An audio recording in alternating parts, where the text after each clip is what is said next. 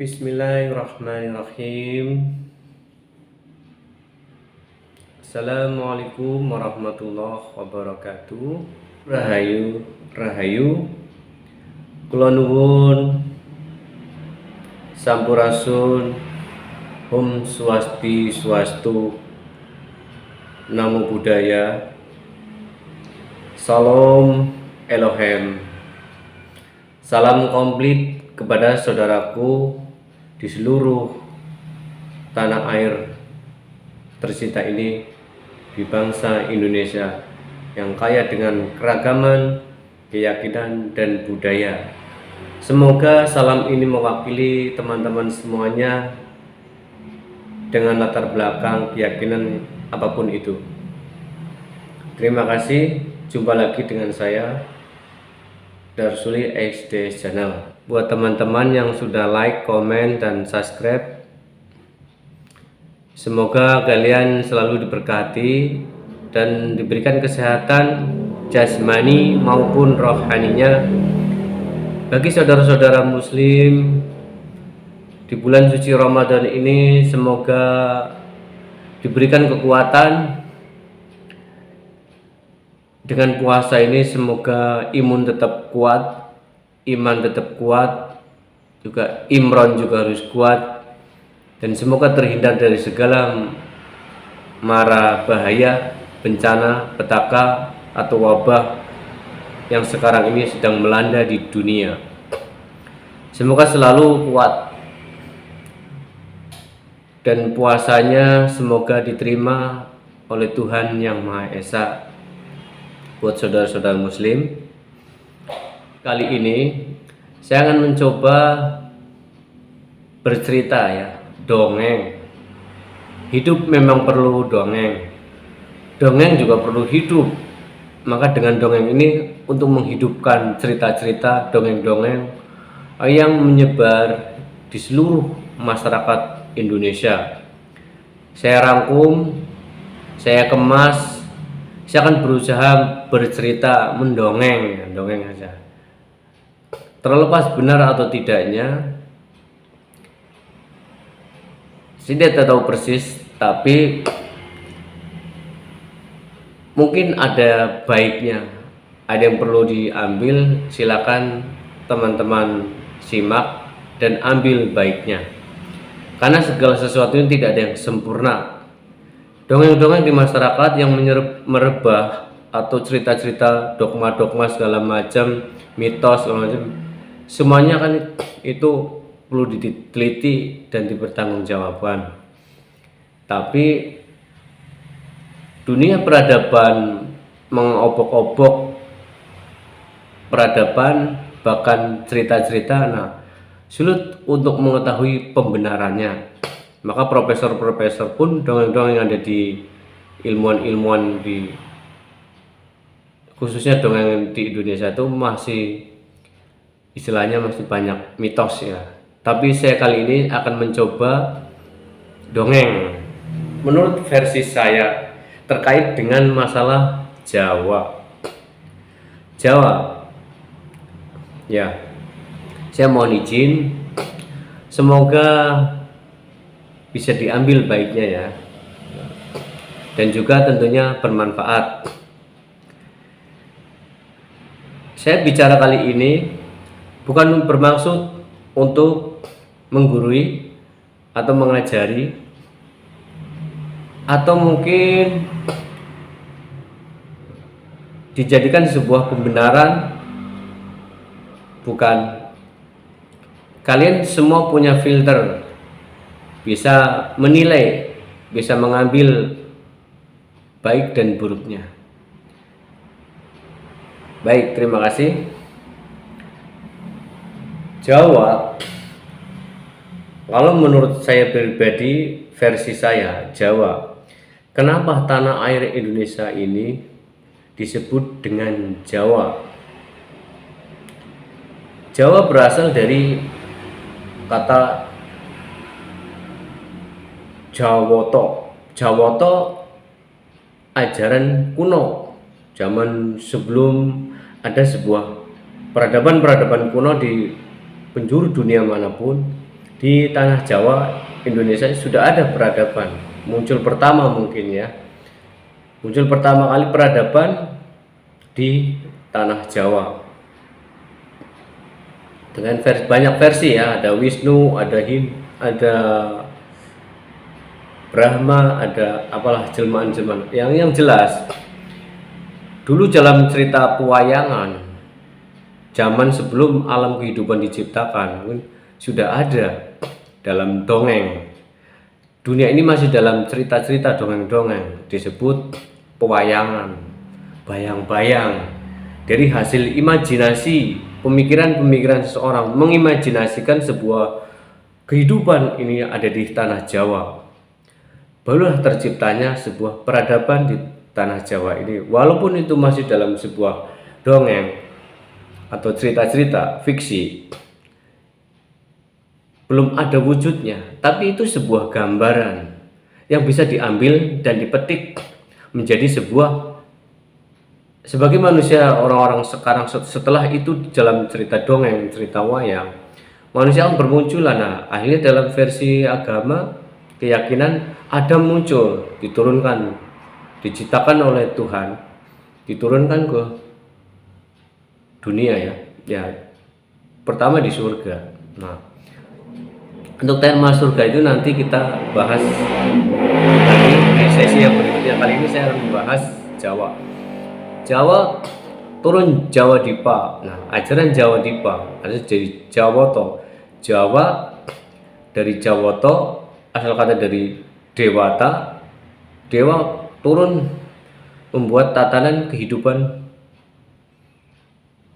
baru ya, permulaan, perdana namanya, perdana. Pertama kali dibangunnya sebuah peradaban, perdana kali, pertama di tanah Jawa. Itu yang saya yakini. Tapi bukan bermaksud saya cerita begini teman-teman untuk meyakini ya. Tapi itu hanya sebuah intuisi, pemikiran saya.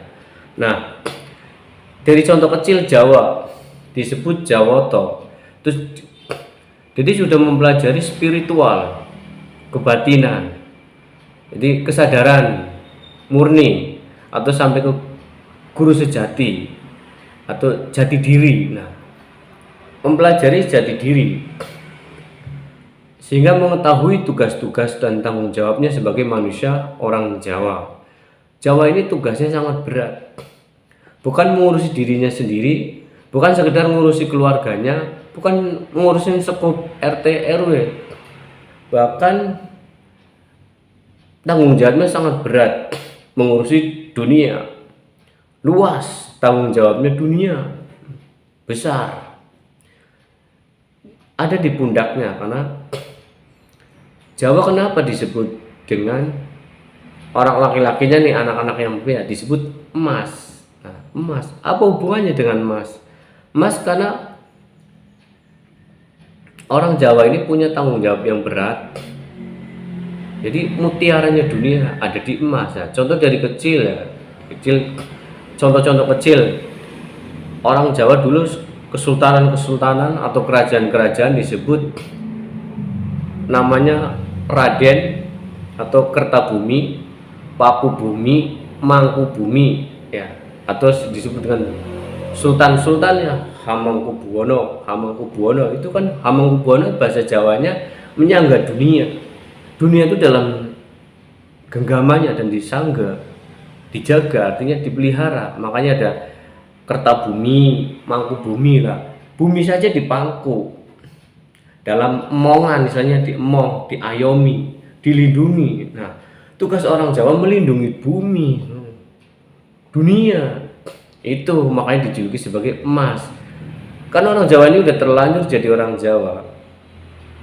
Mau nggak mau, siap nggak siap, itu sudah takdirnya. Orang Jawa harus mengemban amanat dunia ini. Dunia ada dalam tanggungan beban orang Jawa. Orang Jawa kalau menyadari itu, saya kira orang Jawa tuh kerjanya yang aneh-aneh, neko-neko, unik. Kalau memahami itu ya, seharusnya tidak membuat sebuah kerusakan-kerusakan di semesta alam ini. Harusnya melindungi dan menjaga agar menjadi lestari. Nah, itulah orang Jawa. Maka ajaran-ajaran besar, agama-agama besar pun masuk semua ke tanah Jawa. Jawa, mana ada di dunia atau di negara manapun yang semua agama masuk, tidak ada. Cuman satu-satunya ada di Indonesia.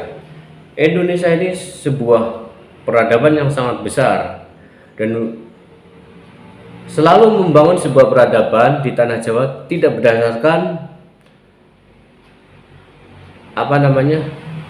teori atau disebut dengan materi dengan teori itu dengan logika, tapi dengan intuisi, dengan rasa itu ya masuk ke dalam hati, jiwa.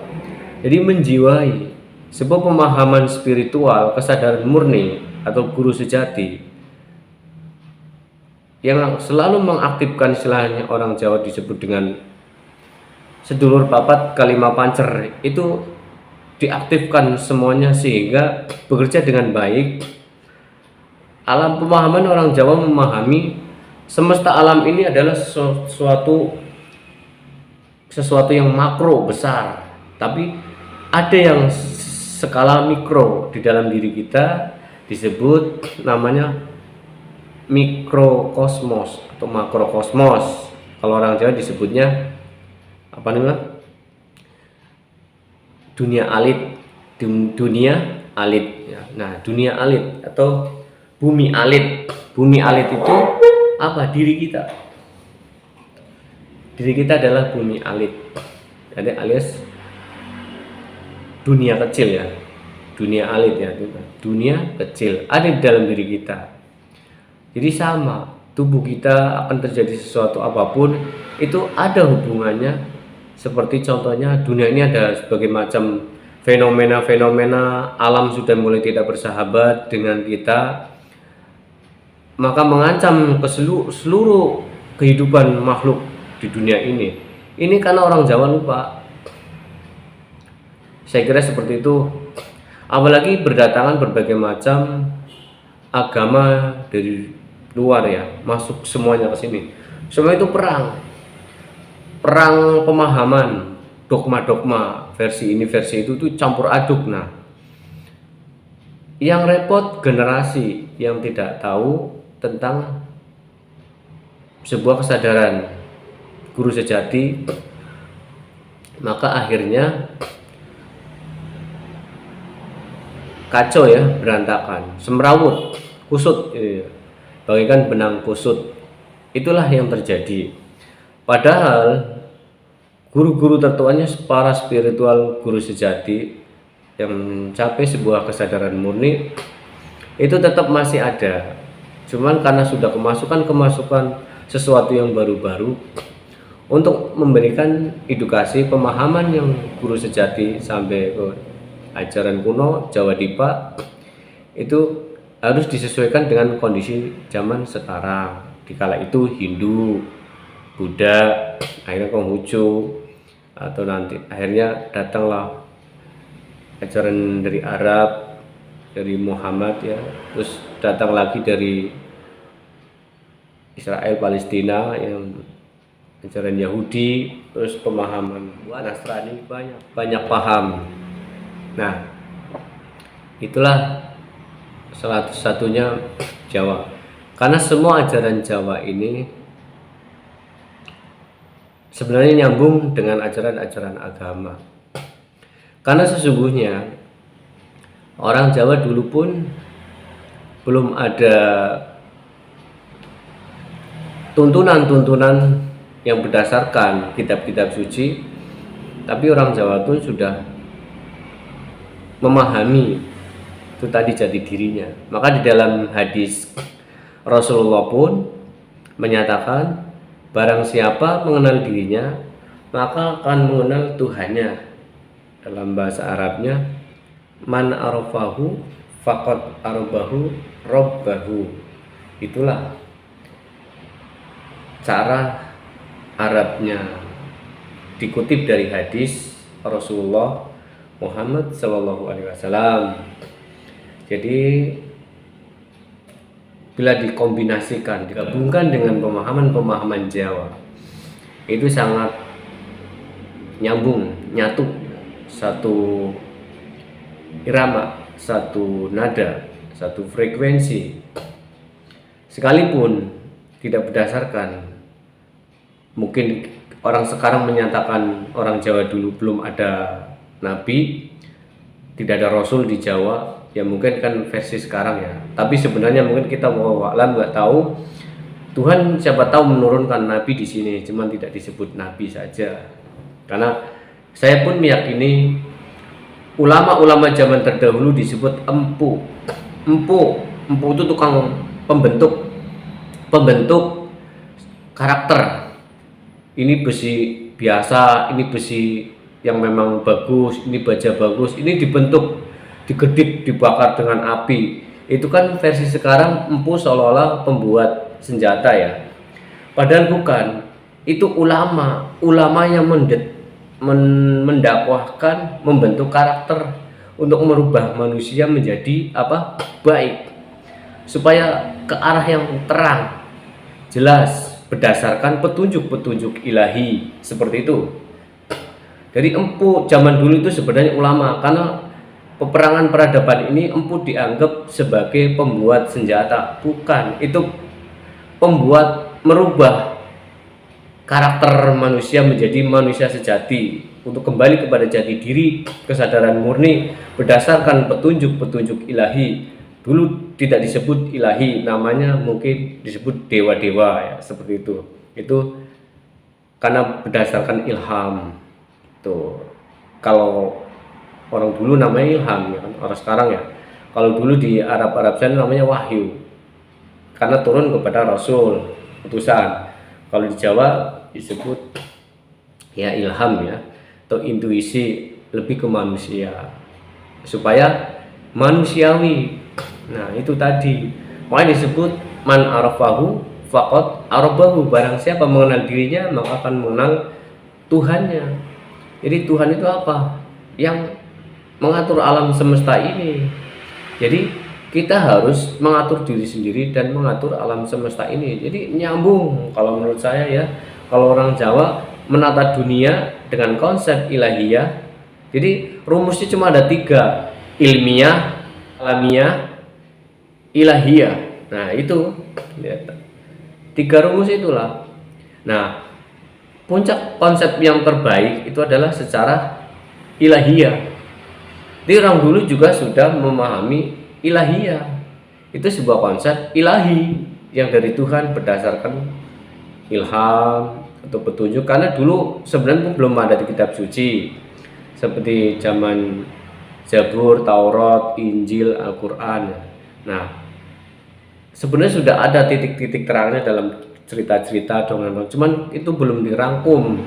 Jadi ayat-ayat Allah itu masih belum terbentuk dalam buku ya, masih menyebar dalam sebuah. Nah itulah orang Jawa yang mengerti, karena dia mengaktifkan sedulur 4 kalimat pancernya, itu mengaktifkan diri itu untuk menangkap respon-respon atau sinyal-sinyal dari Tuhan. Nah itu dibutuhkan kesadaran murni, kesucian. Nah itu makanya orang Jawa selalu melakukan ritual meditasi segala macam, ketenangan batin, mengendapkan keikhlasan segala macam, memasrahkan. Nah orang Jawa sudah memahami itu sebenarnya. Jadi dulu kita tidak ada, terus kenapa kita ada, tugasnya ngapain, mau ngapain di dunia ini. Nah itu dia sudah sampai ke situ. Karena orang yang akan mengetahui itu karena harus melakukan sebuah ritual puasa ya. Salah satunya ini bulan puasa ini kan sebenarnya untuk melatih diri kita untuk mencapai sebuah kesadaran murni siapa diri kita ini, bukan sekedar untuk menahan hawa nafsu saja atau menahan lapar, minum segala macamnya lah, tapi itu untuk melihat diri kita, untuk mengasah kepekaan kita, kebatinan kita, intuisi kita, serta intelektual kita, spiritual kita, semuanya itu sebenarnya itu. Makanya belajar ya, saya juga belajar ini karena sebuah dongeng aja ya. Nah sekian, semoga bermanfaat. Kurang lebihnya atau kalau ada kesalahan mohon dimaafkan. Di bulan suci Ramadan ini saling memaafkan, saling menyayangi, saling mengasihi kepada sesama. Semoga kalian semua berbahagia dan ibadah puasanya semoga diterima Allah Tuhan Yang Maha Esa. Buat saudara-saudara muslim, buat saudara-saudara yang lain, semoga kalian juga semua dalam kondisi sehat walafiat dan tetap jaga protokol. Semoga kalian semua diselamatkan dari wabah yang sekarang melanda ini. Terima kasih. Kesalahan datang dari saya pribadi, kebenaran datangnya dari Tuhan. Saya banyak kekurangan,